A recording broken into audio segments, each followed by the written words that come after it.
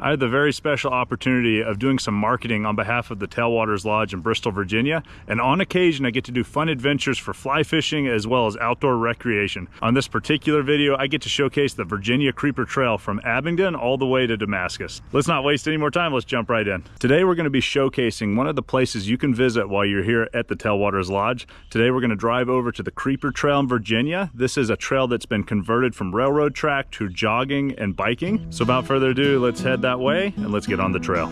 Driving from Tailwaters to the town of Damascus only took 36 minutes, and once I arrived, I had a little time to spare. Well guys, I just got into Damascus. It's a very quaint little town. Because it is November, some of the shops are closed, but I did find behind me a little place called Wilson's Cafe and Grill, and because I'm early, I'm gonna grab something to eat, maybe grab a drink, and then we're gonna head over to the bike rental place and get started on our adventure. The first thing I noticed when I entered Wilson's was the beautiful mural up on the wall showcasing a giant map of the Creeper Trail, all the way from White Top down to Damascus and then over to Abingdon, Virginia. I was greeted by friendly staff and quickly got a burger to go. It was absolutely delicious. I then worked my way over to Blue Blaze's bike rental and shuttle, where I was greeted by the owner and his dog. So guys, I just got fitted for my bike. We're right outside of Blue Blaze Bike and Shuttle, and this is a pretty cool little spot. The guy's already got me fitted for my bike, so we're good to go there. He's also going to provide me with some water, and inside it's a pretty cool little shop. Inside you'll find an assortment of bikes for skill as well as comfort. After signing a waiver, you'll be fitted for your bike and given a water bottle. While waiting, you may meet Zoe the dog, who is the unofficial mascot of the shop. So guys, they're loading up the bikes. I did want to show you a quick mural because I thought it just really caught my eye, but check this out. This is so cool. Damascus is also known as Trail Town, USA, and over there we've got Trail Town and then another sign that says welcome to Damascus. After everyone was fitted for their bike, a friendly shuttle driver loaded up the bikes as we prepared to leave for Abingdon, Virginia. All right guys, we're at the beginning of our adventure. I've got my bike. We just got dropped off right over there. We're in the town of Abingdon, and we've got 16 miles to go. A lot of it's flat, there's a little bit of uphill, but it's gonna be a pretty smooth ride for the most part. So without further ado, let's get going. All right guys, we're off. What a beautiful start to the trail. This is really, really nice. One of the first things you'll notice after crossing the bridge, on the left is a restroom with running water. There's only a handful of them throughout the trail, so make sure and take advantage of this if you need to stop. I also noticed some beautiful horses were on the right-hand side of the trail and were very friendly to people. What a beautiful day, guys. This is amazing. But this whole first section here as we're going is pretty flat, slightly downhill. There's a lot of runners, walkers, and of course bikers. And even though it's in November now, we still have a little bit of color in the trees, which is really cool. And it is such a pleasant day, guys. It's like 70 degrees. I'm in shorts and a t-shirt, so on the right day here on the Creeper Trail, you can really have a beautiful fall day. This first part of the trail is pretty easy going so far. I don't even have to pedal right now.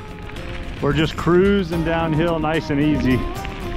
And you couldn't ask for a prettier view everywhere. This is just gorgeous. Here's mile 2 right here.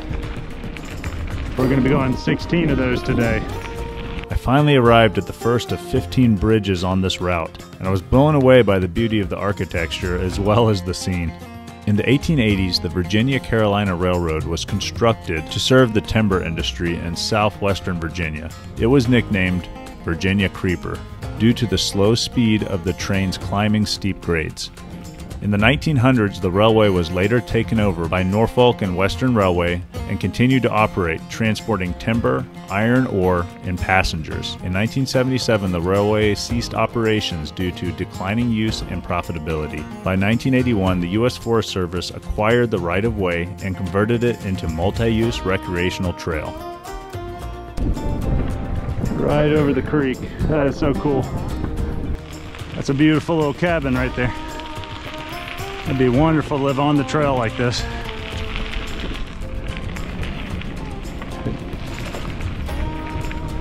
All right, bridge number 5 coming up. These bridges are so neat. I filmed this video in mid-November of 2024, only a month and a half removed from Hurricane Helene and the devastating floods that affected this region. Because of this, only half of the trail is currently accessible. Everything from White Top down to Damascus is deemed unusable for the time being. So if you're looking to enjoy the trail, just know you can still access Abingdon all the way to Damascus. So this is bridge number 6 here. Going over a nice little gorge. Yeah, that's gorgeous. Wow.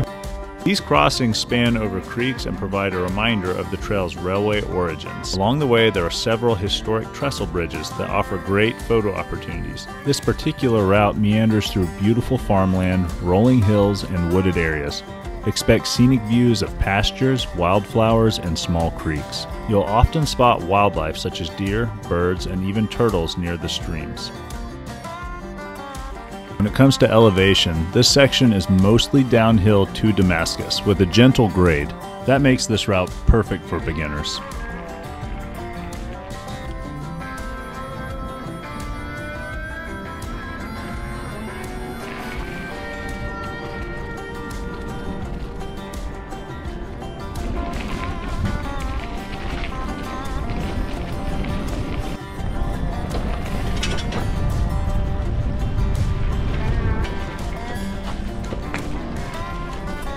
Eventually, you find yourself crossing over the largest trestle of the day, where the Middle Fork Holston River joins the South Fork Holston River as they blend into the South Holston Lake. I finally made it to the trail stop called Alvarado. Like much of the trail, Alvarado has roots in the historical rail line that once ran through the area. It remains a nostalgic feel, echoing its past as a stop along the railroad. The area features picnic tables and a parking lot, making it a nice spot for lunch or a break during your trail journey. This station is located near the South Holston River, which offers fishing opportunities and enhances the natural beauty of the area. This particular stop has restrooms with running water, so if you need to make a stop, this is a great place to do it. So guys, I just found this cool spot. I want to say I'm getting close to halfway, if not a little over halfway, but we found this little town or little spot called Alvarado, and it's a really cool place. It's right here on the river, and there's actually a nice little spot. There's swings, a little gazebo area, and then right behind me we've got running water as well as bathrooms. So perfect spot to take a break, and now we're gonna get back on the trail. Let's keep cruising. All right guys, so just past this parking lot, the trail picks back up, so let's keep cruising. We've not had anything that's a crazy uphill yet, guys, so this has not been a hard bike ride at all. Most of it's been downhill, and even though we've covered a lot of distance, it doesn't feel like I've been having to put out that much energy so far. The thing I like about most of this trail is that we are right next to a river the whole time. It is definitely a beautiful trail. I would argue it's the prettiest trail I've ever biked on as far as just the beauty of a space. Even after the floods of Hurricane Helene, this looks really good. Here we got another crossing. Here's bridge number 13.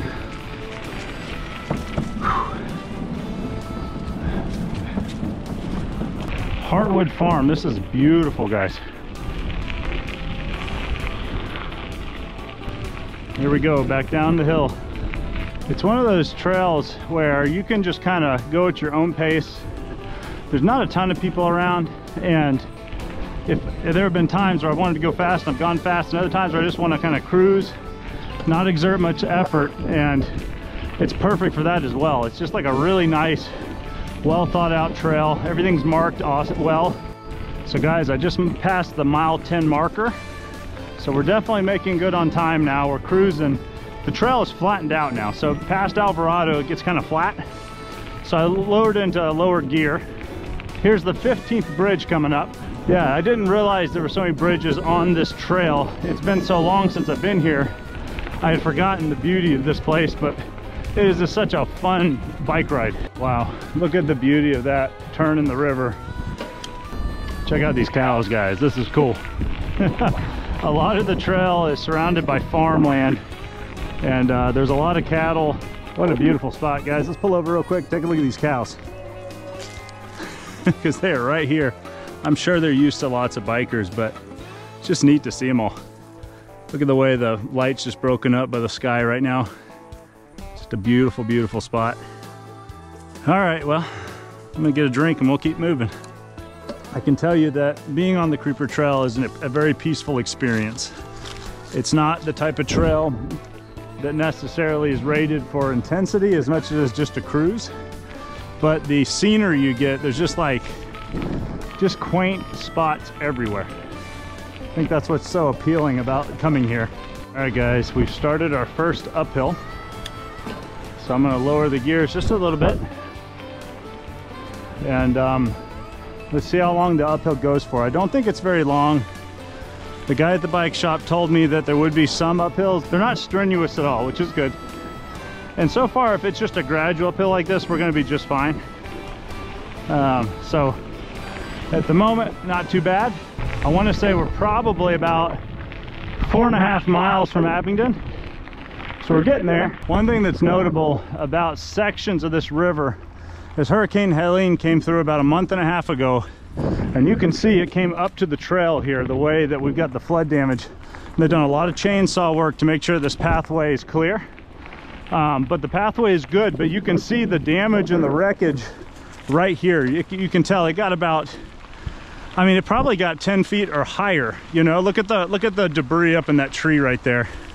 That just gives you an idea of how high the water got. It actually got up to the trail, if not a little bit higher right here. And that's pretty wild. That means it got up very high. That's scary high. So guys, I feel like we're getting closer and closer to town. We're starting to see more roads. All right, welcome to Damascus on the Creeper Trail. Nice. There's mile 15. So we've definitely covered some miles today. But like I said, it hasn't been necessarily strenuous. I've been kind of cruising, not really trying to expend a ton of energy. So guys, if you're wanting to just come out here and have a nice leisurely day, you can do that. If you want to have a tough day, you can do that as well. It's all about what gears you pick. But the trail itself is a nice cruising trail. There's nothing that's strenuous about it. It's mostly just really relaxing. But regardless, we've got less than a mile to go now. We're on the home stretch of the trail now, guys. We're getting into town. All right guys, we're crossing the final bridge. There's Blue Blaze Bike Rentals where we got started today. And that was a lot of fun, guys. The only part of the day where there's lots of traffic was right here in town. All right, we made it. All right guys, I just got done with the bike ride. That was a ton of fun. I'm not someone who normally rides a bike, so I wasn't pushing it super crazy, but it did take me about 2 hours and 45 minutes to get back to where I rented the bike. I went through about 3 water bottles, but I would say bring even more than that because I did have to conserve a little bit. And you know, it was one of those trails where it was just super scenic. That was the big takeaway. So if you're looking to get out and just enjoy the views, enjoy the countryside, then this is like, I mean, seriously, it's an A+. So it was such an awesome experience. But as you guys are thinking about things to do around the Tailwaters Lodge, you know, about 35 minutes from here is a world-class biking trail, and I think you guys ought to check it out if you get the chance. Well guys, I hope you enjoyed the adventure as much as I did. If you are interested in more hiking videos, let me know down in the comments if you enjoy this type of content, because I do love to hike, I love the outdoors, and I'd be happy to on occasion sprinkle some stuff like this in. I also hope you'll consider subscribing to the Tailwaters YouTube page, because I've got a lot of content on there as well. If you'd like to see more Tailwaters videos, I've got a fun experience video right here, or you may prefer to see me on a drift boat with my good buddy Logan Shell fly fishing. I've got one right there. Till next time, tight lines.